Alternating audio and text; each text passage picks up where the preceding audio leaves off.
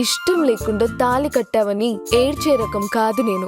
జుట్టు పట్టుకొని ప్రేమలోకి ఈడ్చే రకం. ముసలాడువై చచ్చేంత వరకు ప్రేమించు.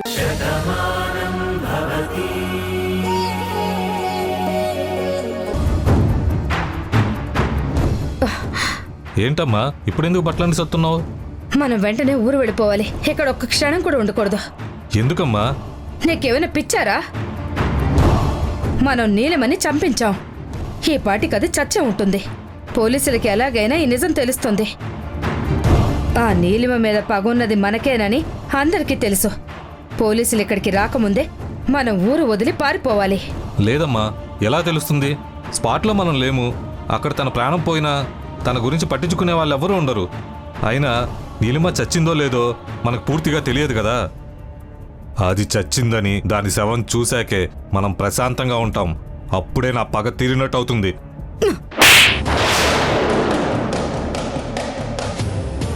రే, పగ తీర్చుకోవటం ఒక ఎత్తు అయితే పోలీసులకు దొరకకుండా ఉండటం మరొక ఎత్తు అవుతుంది. మనం ఇప్పుడు పోలీసులకు దొరికామంటే జీవితాంతం జైల్లో చెప్పకూడుతుంటూ బ్రతకాలి. ఆ బ్రతుకు ఎంత భయంకరంగా ఉంటుందో నీకు తెలుసు కదా. ఇంకా మొండిగా వాదించుకో. మనం వెళ్తున్నాము అంతే. పద రా.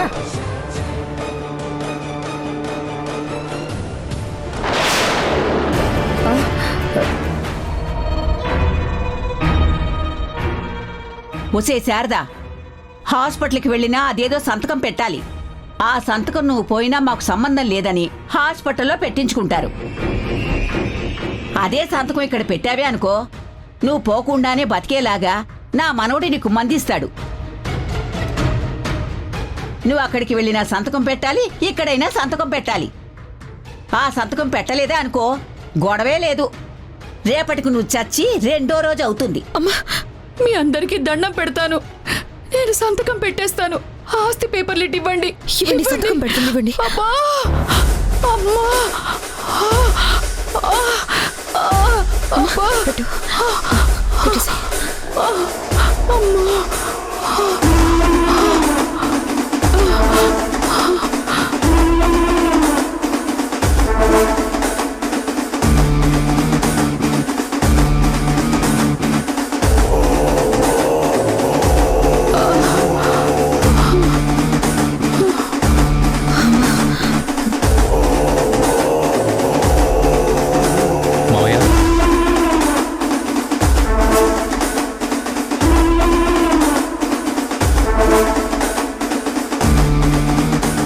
మంచినీళ్ళు ఇవ్వండి ప్లీజ్.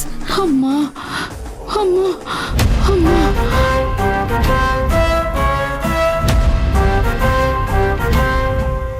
అమ్మా, అమ్మా, అమ్మా. ఇదిగోండి, ఇది తాగండి.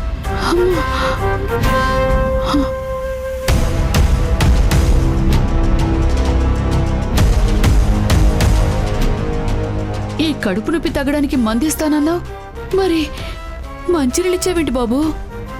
ఇంకొక 5 నిమిషాలు సంతకం పెట్టకపోతే మీకు ఆ కడుపు నొప్పి తగ్గిపోయేది. నేనిచ్చిన మందు వల్ల కేవలం పావుగంట మాత్రమే నొప్పి ఉంటుంది. అందుకే మీతో సంతకం పెట్టించడానికి అంత తొందరపడ్డాను. మీకేం కాదు, నీళ్లు తాగితే తగ్గిపోతుంది.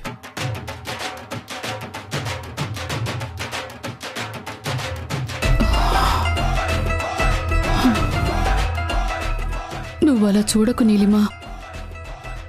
నేను నీ జీవితం గురించి ఆలోచించే ఇదంతా చేశాను.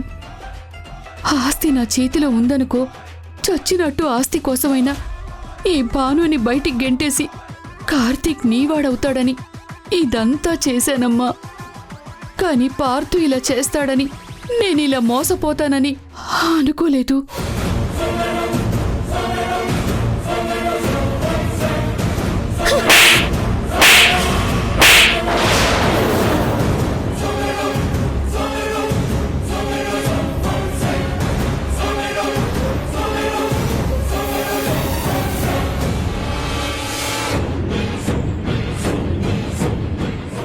అమ్మని కొడతావేంటి?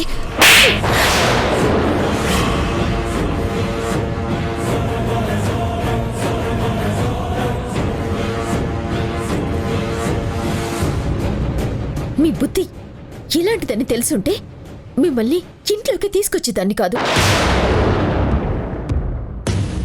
ఒకప్పుడు నేను కూడా ఈ ఇంట్లోనే ఉంటూ వీళ్ళ ఉప్పు తింటూ ఎన్నో పాపాలు చేశాను.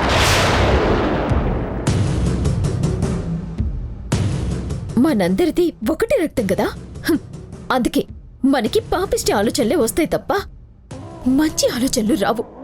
అది కాదే, నేను నువ్వు ఇంకొక మాట మాట్లాడితే నీకు మర్యాదగా ఉండదు.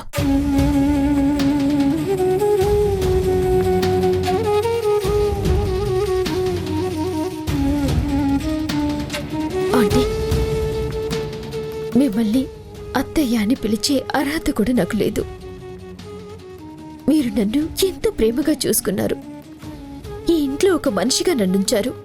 కానీ నేను మాత్రం ఈ ఇంటికి ఎంత ద్రోహం చేశాను. భానుని, కార్తీక్ని విడదీయాలని ఎన్నో ప్రయత్నాలు చేశాను.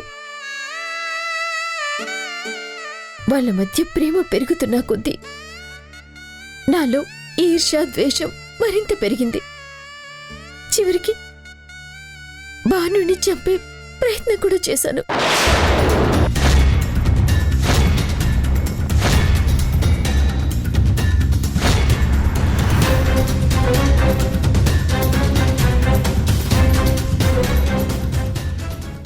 అన్ని నిజాలు భానుకి తెలిసినా నా మీద కోపం చూపించింది తప్ప ఇప్పుడు నా గురించి మీతో చెప్పలేదు.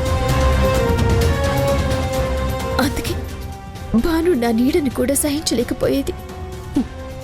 కానీ ఈరోజు భాను వల్లే మళ్ళీ నేను ప్రాణాలతో ఉన్నాను.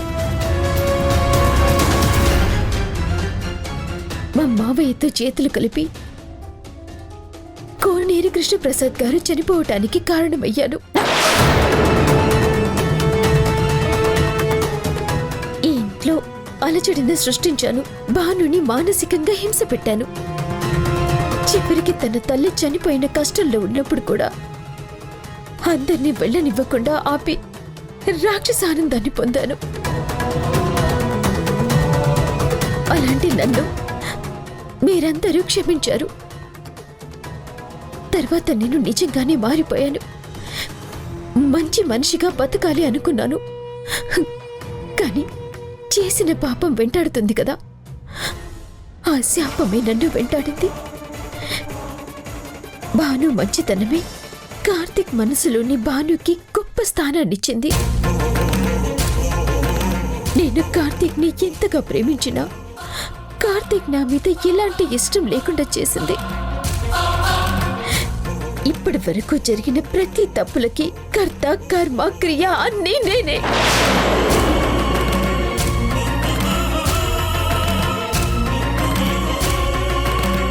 అందుకే నా తప్పులన్నీ మీ అందరి ముందు ఒప్పుకుంటున్నాను.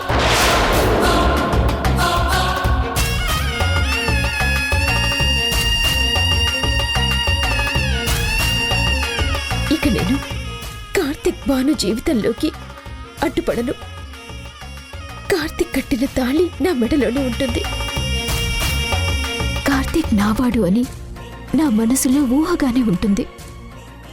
నేను మాత్రం కార్తీక్ జీవితంలో ఉండను.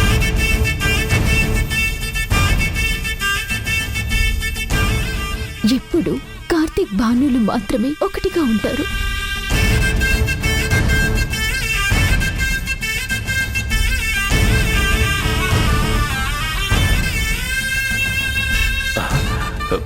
మీరొచ్చారేంటి?